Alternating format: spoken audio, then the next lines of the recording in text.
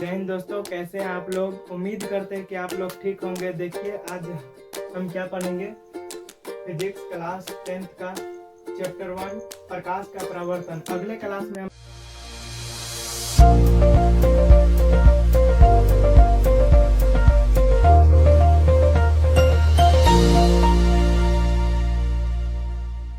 पढ़े थे प्रकाश के परावर्तन के बारे में, कुछ टॉपिक पढ़े थे। आज हम दूसरा टॉपिक स्टार्ट करने जा रहा हूँ। देखिए क्या है, दर्पण का फोकस, फोकस ऑफ मिरर क्या है, क्या होता है और कैसे होता है और क्यों होता है, आज हम इस सब के बारे में पढ़ेंगे। देखिए स्टार्ट करते हैं कि दर्पण का फोकस, फोकस ऑफ मिरर क्या है। जब गोलीय दर्पण के मुख्य अक्ष के समांतर आती हुई प्रकाश किरण दर्पण से परावर्तन के बाद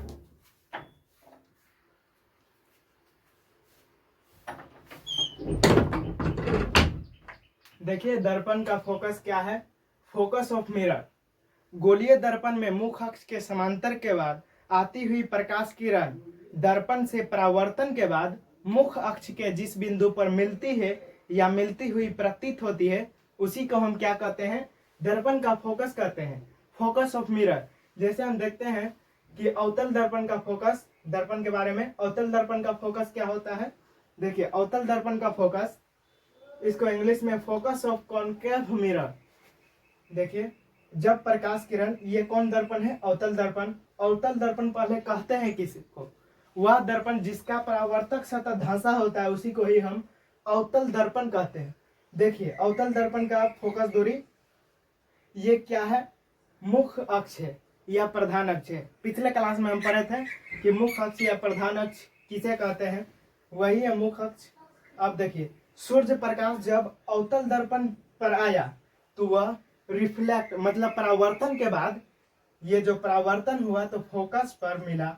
और इससे यहाँ भी देखिए कि जब प्रकाश किरण आया और रिफ्लेक्ट हुआ प्रकाश का परावर्तन के बाद, जब ये परावर्तन हुआ तो ये फोकस पर मिलता है, मतलब एक बिंदु पर मिलता है। ये है बिंदु, मतलब फोकस के बिंदु पर मिलता है, इसलिए इसे क्या कहते हैं, अवतल दर्पण का फोकस।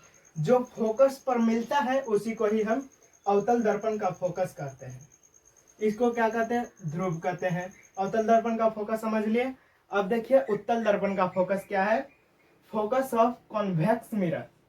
कॉन्वेक्स मिरर देखिए यह उत्तल दर्पण है। उत्तल दर्पण कहते किसको है, जिसका परावर्तक सतह उठा हो उसे उत्तल दर्पण कहते हैं। जैसे देखिए यह सूर्य प्रकाश का किरण आया और ये उत्तल दर्पण से टकराकर परावर्तित हो गया, मतलब रिफ्लेक्ट हो गया, तो इस तरफ आ गया, भाग गया, और फिर यहाँ पर देखिए इस तरफ भाग गया।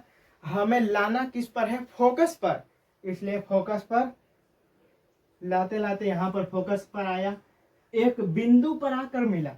देखिए फोकस एक बिंदु पर आकर मिला, ये जो किरण है ये फोकस पर आकर मिला, मतलब फोकस पर आकर मिला, इसलिए इसे क्या कहते हैं, उत्तल दर्पण का फोकस। समझ में आया, इसे क्या कहते हैं, उत्तल दर्पण का फोकस। जब प्रकाश किरण मुख्य अक्ष के समांतर उत्तल दर्पण से परावर्तन के बाद मुख्य अक्ष के जिस बिंदु पर मिलती है उसे क्या कहते हैं, उत्तल दर्पण का, अवतल दर्पण का फोकस कहते हैं। अब ये मिलती, जब ये जो है किरण मिलती हुई प्रतीत होती है तो उसे उत्तल दर्पण का फोकस कहते हैं।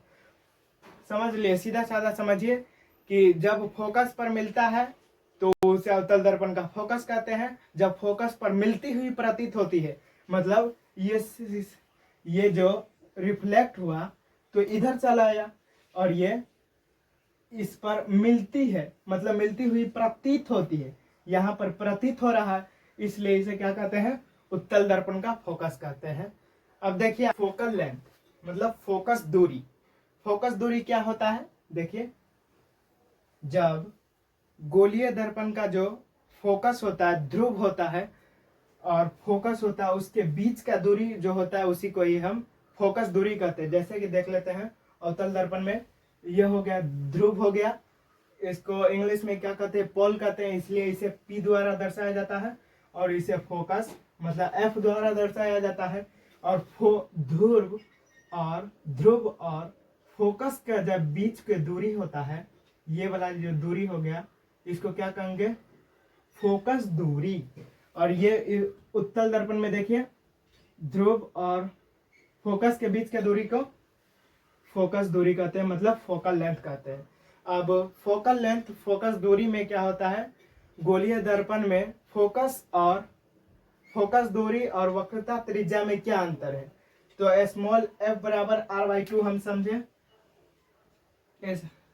स्मॉल एफ, इसे फोकस दूरी को स्मॉल एफ द्वारा दर्शाया जाता है। यहाँ पर देखिए, स्मॉल एफ द्वारा दर्शाया जाता है। और एफ को जो फॉर्मूला होता है, ये क्या होता है? r/2। मतलब फोकस दूरी जो है वह वक्रता त्रिज्या के आधी होती है। फोकस वक्रता त्रिज्या के आधी होती है, ये हम समझ लिए। अब दर्पण का जो फॉर्मूला होता है, ये देखिए, अवतल दर्पण का, ये दर्पण का फॉर्मूला 1/f बराबर 1/v प्लस 1/u।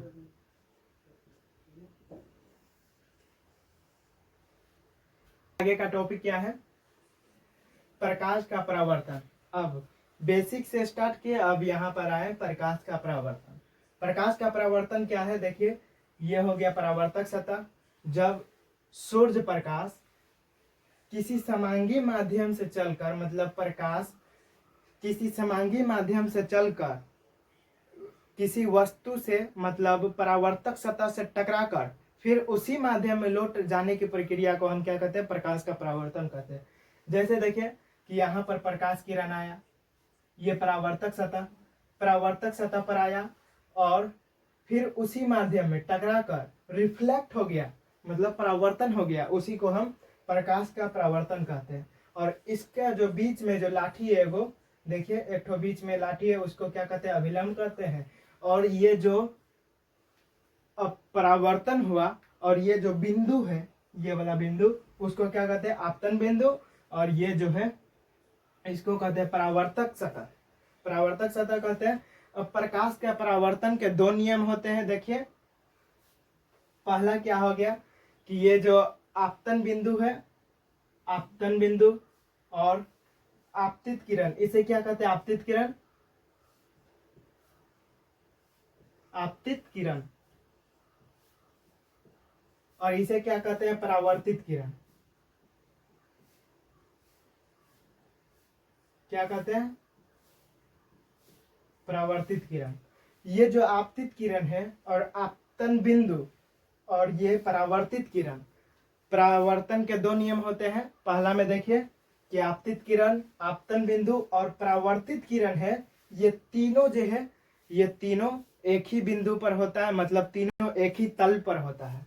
अब देखिए दूसरा कि कोण जो है I, कोण I बराबर होता है कोण R के। यही है प्रकाश के परावर्तन के दो नियम होते हैं। यही है, कोण I बराबर कोण R। और आपतित किरण, परावर्तित किरण और आपतन बिंदु तीनों एक ही तल में होता है। देखिए, एक ही तल में है, परावर्तक सतह है और तीनों यही बिंदु पर मिल रहा है, इसलिए यह एक ही तल में होता है। अभिलंब जो आपतित किरण और परावर्तित किरण के बीच में जो होता है, इसके बीच का कोण को हम क्या कहते हैं? अभिलंब कहते हैं। आपतित किरण परावर्तित किरण के बीच के कोण को हम अभिलंब कहते हैं। नॉर्मल, इसको इंग्लिश में कहते हैं नॉर्मल।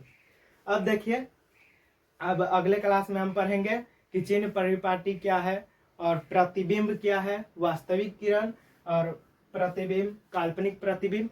देखिए आगे का टॉपिक,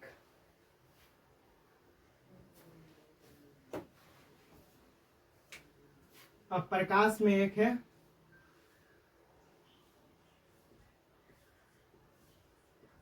प्रकाश के परावर्तन के बारे में हम पढ़ लिए। अब हम आगे पढ़ेंगे अगले क्लास में, दूसरा टॉपिक करेंगे। आज का टॉपिक यहीं पर समाप्त करते हैं। जय हिंद, जय भारत।